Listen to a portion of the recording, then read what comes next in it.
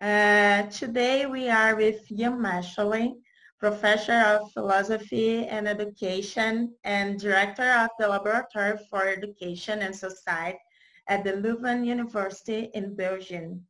Co-author of the books Pedagogy, Democracy and School, and In Defense of the School, A Public Question. His studies are very important to us to rethink about the school purpose. Thinking about it, today I'd like to hear you talking about the school and the free time to meeting of knowledge. Consider this part of your book, In Defense of the School, A Public Question.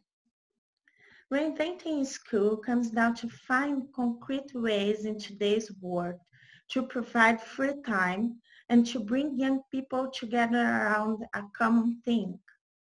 That is something that appears in the world that is made available to a new generation. Could you tell us a little bit about this reflection? Thank you very much.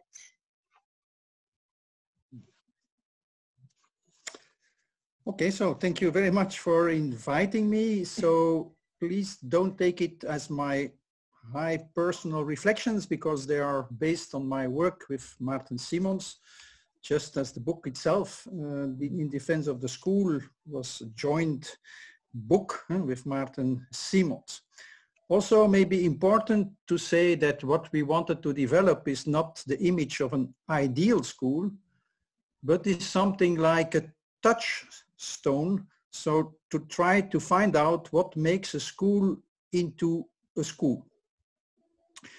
And we wanted to say that the school is not just referring to the building or to the institution, although maybe what happens today might also make us more aware of the material and physical conditions of making school. So maybe today it becomes clear that we also need physical conditions to make and material conditions to make school. But so school is not, first of all, referring to a building, but it is referring to a set of operations, of arrangements of bodies and something of the world to bring them together to create a condition or certain conditions for a very particular mode of learning. There are many kinds and many modes of learning, but the scholastic mode is a very particular one. It is one which I will explain is under the sign of freedom and equality and is allowing for a certain kind of emancipation and communalization. Also, I have to say, before I try to develop this a little bit, that you could say today already many schools are in fact deschooled already, or not really operating as schools. So you could say that what we have to do maybe is to bring again more school into the education system today. And also, and that was the quote that you were referring to reinvent the school under today's conditions, which are also digital conditions. But I have to say straight away that I think the digital cannot simply replace the school, but maybe it could help to make school.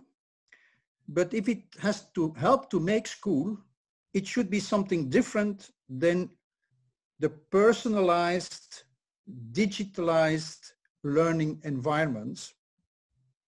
And it should be something different than a privatized production of environments that attract or market attention. So it should be something different. And I would say, and I will come back to that at the end of my reflections, is that you could say to reinvent the school is maybe to think about how we could say try again, and try this. So I will come back to these notions at the end of my talk, but I think these are to think, this is about to think about concrete ways to provide free time and bring people together around a common thing. So let me say first something about what do we mean by free time. So free time is not the time of maturation or of natural development, but so that is a kind of natural development means there is something that is given and that then develops. So it is a kind of natural pre-given development, but that the free time is precisely a time of a possible deviation of the natural development. That the free time is not the time of production. So that means it is not a time that is defined by the outcome. And so that we don't have to think about education starting from the outcome. So it is not production time, it is not time of production. But very simply said, you could say it is the time of, free time is the time of exercise and study. And it is maybe interesting to refer to Maria Montessori, who said that the time of the school is the time of work. So it is a kind of work. It is a kind of work that you do. It is a work that allows the experience of being able. And so the experience of being able means it is the experience of a certain freedom which is not the freedom of choice. It's not the freedom of choice, but is the freedom of being able to begin with something of the world. I will come back to that. And it is the experience of an equality in being able. So it is time for exercise and study. It is time, you could say, for renewal. And renewal at the level of the individual, but also renewal at the level of society. And when we say that it is a time for renewal, then it means that it is a certain interruption in the linear time. Yes. It is a time where the forces of the past and the forces of the context, which can be the social or the political or whatever context, do not define and predetermine the future. So it is work, so and it is a time where forces of the past or of the context do not define or predefine the future. And so hence the work that is done in school is work on the self and work on the world, on both elements, so the world or the society and on the self. And it is a kind of time that is created by the assumption and by acting out of the assumption that connections between a body or a mind and certain capacities are not natural. So there are no natural connections between a body and a mind, certain capacities, and also certain positions. They are not pre-given, but they are always also, or can always be, the outcome of learning, which means that they are contingent, that these connections are not pre-given. Yes, because we don't know, we really don't know what a body or a mind is capable of. We don't know what it is capable of. So in that sense, it is not predefined and it is not naturally given what minds or bodies are capable of.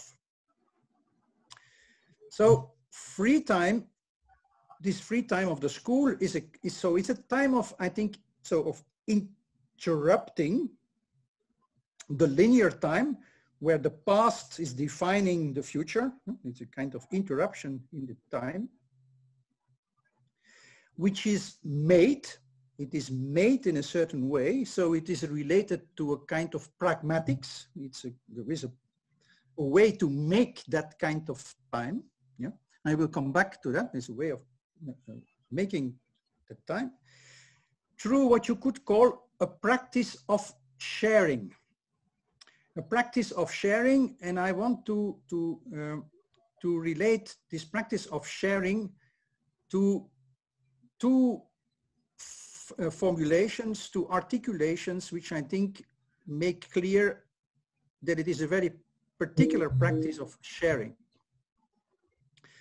And the first one is, you could say, it is to become acquainted with the world, or with a world, for example, the world of language or the world of numbers or landscape. And in French, there is a very nice expression which says, faire connaissance. So if you would translate it literally in English, it would say to make knowledge, to make knowledge. So to become acquainted, to meet knowledge, yes, is to make knowledge. So it is to make it with the world. So it is something that it's not just something that is given, but is also made. Faire connaissance avec, to get to know, you could say. And the second formulation, I think, is what you could say is that this practice of sharing is to pay attention. And so to pay attention is, the paying is referring to the fact that you have to do an effort. So it's a practice of doing an effort. There is a price. You have to pay a certain attention. Yes. So this practice of sharing, and you will recognize an image that we like very much, is to say that this practice of sharing is to put something on the table. To put something on the table, so it's not to negotiate, it's not a table of negotiations, but precisely it is a table to faire connaissance, to get to know, to contact something, to meet some world, to get into contact with some world. And this implies, so the table is an image which we like very much because it is an image which is also supposing that you take something out of its usual context and that you put it on the table. So that means, in a certain sense, that you suspend the usual context in which the things are operating or functioning, and that you put them on the table. And the image that we use, or one of the images that we use there, is that of taking the engine out of the car. So taking the engine out of the car and put it on the table to be able to exercise and to study and to disclose or to meet, if you want, the world of mechanics. Yes, going to world of mechanics through putting the engine on the table. And when you put it on the table, to put it and create free time means to get away of the claims of economy. So the fact that if you put the engine on the table in a garage, in the garage, the context is still that you have to get money, that the engine must go as quick as possible back in the car in order to be able that the car is functioning and that the customers are pleased with what they get. So the logic of economics. Also in the garage, you have a boss. You are working with a boss.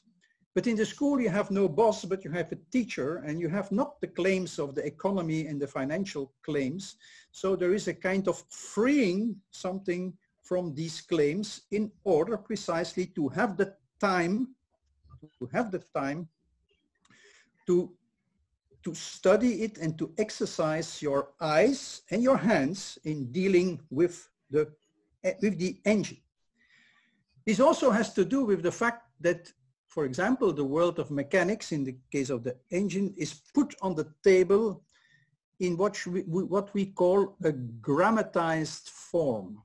Grammatized meaning it is reduced to the fundamental principles of its working. So you have a kind of, you get the grammar of the world of mechanics, or you get the grammar of the world of language, or whatever. So it's a kind of grammatized way. And moreover, it is put on the table, when it works, it is put on the table in a way that it can become, of course, it is never a guarantee, but in a way that it can become also interesting. So that it becomes interesting means that the engine could start to talk. That the engine, like we say, the animals talk, we can also say the engine can start to talk, can start to speak, can start to have some authority. That means that the direction of our relation changes, because when the engine starts to speak, then the engine also requires some attention from our side. And so it's not just we or I who decide to do something with the engine, but the engine also requires some respect from my side. So there is a kind of difference in the relation. So you could say that what the school is doing by putting the world on the table in a grammatized form, that is to interrupt and slow down the transmission of knowledge. It creates a kind of possibility to pay attention to something, to take care of something, to have a very intense meeting with something. And so it interrupts the direct transmission, So the idea is not, of the school is not about, I have to get as a teacher, I have to get my knowledge as quick or as fast as possible into your head. No, the idea is precisely to interrupt transmission by putting the knowledge on the table, so that it is offered and not directly transmitted. And so precisely by this interruption, so it's not, because it is not a linear time, it's an interruption, precisely because of that, there can be a kind of experience of being able to begin with the world of mechanics, to get to meet the world of mechanics in the case of the engine.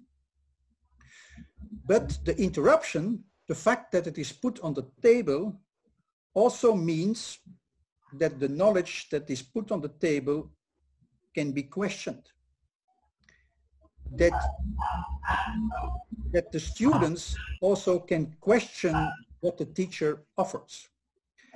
So again there, it's not a kind of direct relationship, but it's offered in a way that it also can be questioned.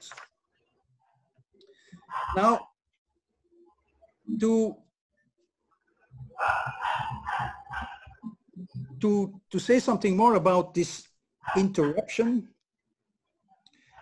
and to say something more about the way in which the school enables an experience of being able to begin,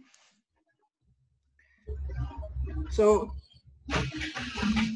maybe I have to say that the school is saying,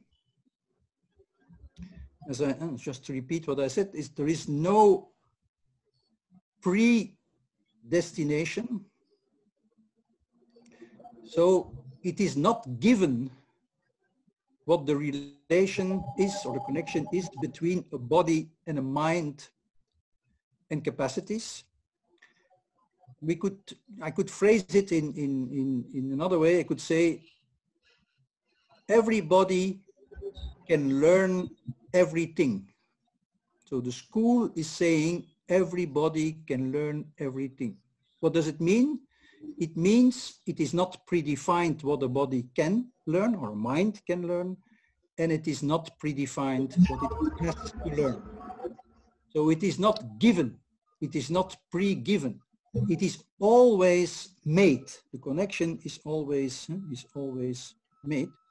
So it means that the past and the context is not defining what you are becoming. So everybody can learn everything. And it is also saying our children are not our children. Meaning at school, it are not the fathers and the mothers, it is not the family that is defining the future. It is not the family, it is not the small family, it's not the father and the mother, but it is also not the big family, the nation. So you are not son or daughter, but you are at school, you are also not a citizen or an employee. At school, you are exactly a student or a pupil. So not son or daughter, not a citizen, not an employee. And a student means that you have the possibility to give shape to your own future, to contribute to shape your own future, which is not predefined by society and not predefined by the family. So our children are not our children. Everybody can learn everything. And the school is, so that is what the school is saying. The school is also saying, take care. So pay attention. So what is put on the table is offered in a way that you can take it, but it is also offered in a way that it can start to speak, if it works. And that there is also said, so this is interesting, but also take care of it. Pay attention to, take care of it. And so this is, I think, what the free time and the free time is making possible. But how is this free time made? And I would here come back briefly to this. The free time is made in different ways. It is related to all kinds of arrangements which have to do with the material, the spatial context, and so on. But there is also one thing I wanted to point at, is what you could call a particular phrasing or a particular school talk, if you want, that is expressing, that is articulating these beliefs that our children are not our children and everybody can learn everything. And so it is here that I would like to come back to this notion, or to these words that I think are often said in the school, which is try again, and try also this. So try is a very banal sentence. But when you actually say it, then it is actually say it in a context, then it also generates a transformation in the time, the space, the matter. And I would like to make a comparison which Maarten Simons made based on the work of Bruno Latour, who said, if you take the phrase, I love you, yes, it's also a very banal sentence. It's not very original. It is said throughout. But if I actually say it to somebody in a concrete situation, then this sentence changes the time and the space. If I say to somebody, really, I say, I love you, then I change the space because I am saying I was far away, but now I'm near to you. I love you. And I also change the time because when I say this, it offers the possibility of a new time to begin, the time of our love, which is a new beginning, which also changes the past because it makes us think different about the past. So this sentence is transforming time and space. Yes. So in the same way, you can think about this very simple and banal words, try. Yes. Try creates an experience of freedom, of equality, and creates also the experience of the existence of a common world. And I will just say a few things about it and then stop because I will be too late, too long, maybe. No. So the first is so to try. So if I say just try, yes, try. So many pupils, many students will say, this is nothing for me.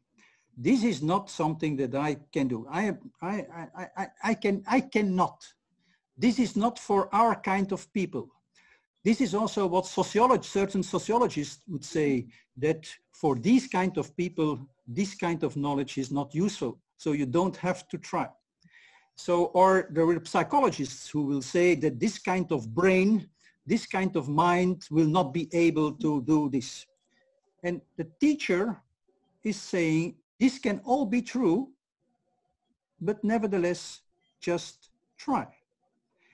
If you try, it means that you assume the freedom, that you assume the possibility,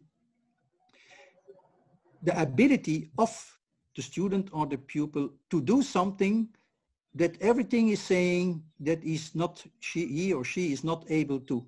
If you say try, you are interrupting the time, the usual time in a certain sense. And you also, so you change the time.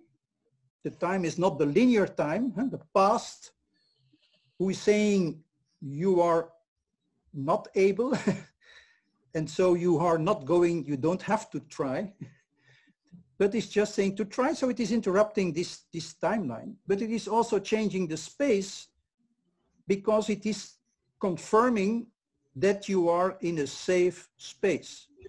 So try, we will see what come out, but try, you can safely try. Yeah. The only consequence is maybe that if it doesn't work, that I will say, try again, and try again, and try a third time, and try a fourth time. Yes? Try again. Try again means, in a certain sense, that you experience not only a kind of freedom, but that you also experience a certain equality, because it is also for you. So try again, also you, try again, you also, try again. So it's a kind, it's an experience of freedom and equality. And then it is also about saying, try also this. Try also this means it is not just about you. It is not just about the person of the student. it is not just about what you want or what you think you want, but it is also about this, because this is important. So also try this. If you don't try it, you will not have the possibility to get out of your life world and the constraints of your life world. So also try this. Yeah? So in a way, you could say that trying is a way to, or saying try, and try this, is a way to ignore the past. Is a way to ignore all the personal characteristics and the past performances that define you in a certain way. It is not saying that there is no past or there is no context, but it is saying even if there is the past and the context, it is possible to have a certain freedom to get rid of the context and the past.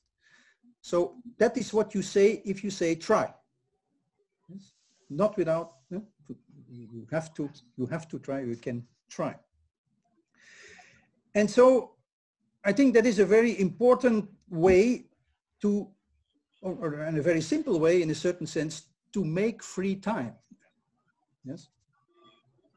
So to make free time, meaning time that is not predefined, that is not productive, that is not simply continuing the linear time from past to future. It is the time that is interrupting that line. And so it is making the past not determining the future.